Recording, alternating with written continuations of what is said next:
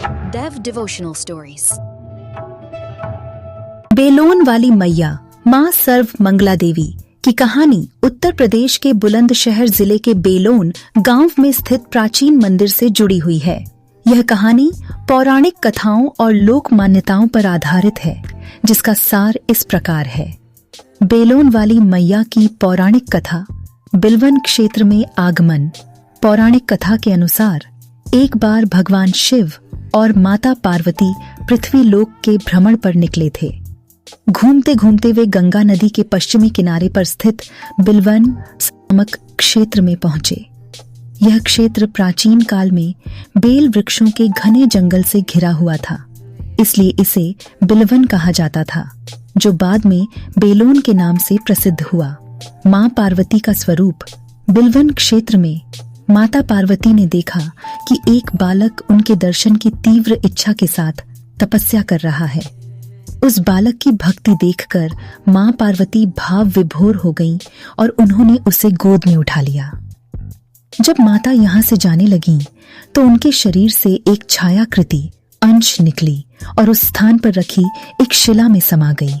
तब भगवान शिव ने कहा कि आज से यह शिला साक्षात तुम्हारा स्वरूप होगी और माँ सर्व मंगला देवी के नाम से विख्यात होगी। जो भी भक्त चैत्र शुक्ल पक्ष की अष्टमी को तुम्हारे दर्शन करेगा, उसकी मनोकामनाएं पूरी होंगी।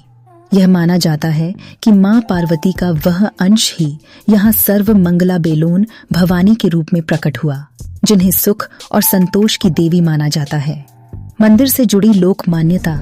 राव भूप सिंह को स्वप्न कई वर्षों बाद यह क्षेत्र जमीन के नीचे दब गया था।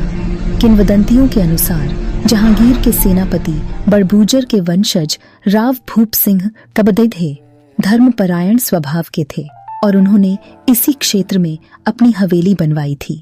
एक रात माँ सर्व मंगला देवी ने उन्हें स्वप्न में दर्शन दिए और उन्हें बताया कि उनकी मूर्ति जमीन के नीचे दबी हुई है और राव भूप सिंह को उसी स्थान पर खुदाई करवाकर एक मंदिर का निर्माण करवाना चाहिए।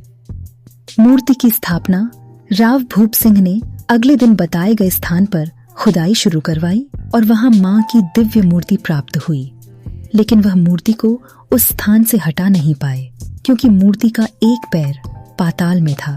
तब देवी ने उन्हें स्वप्न में फिर से दर्शन दिए और कहा कि उनका एक पैर पाताल में है, इसलिए वे इसी स्थान पर उनके मंदिर का निर्माण न करवाएं।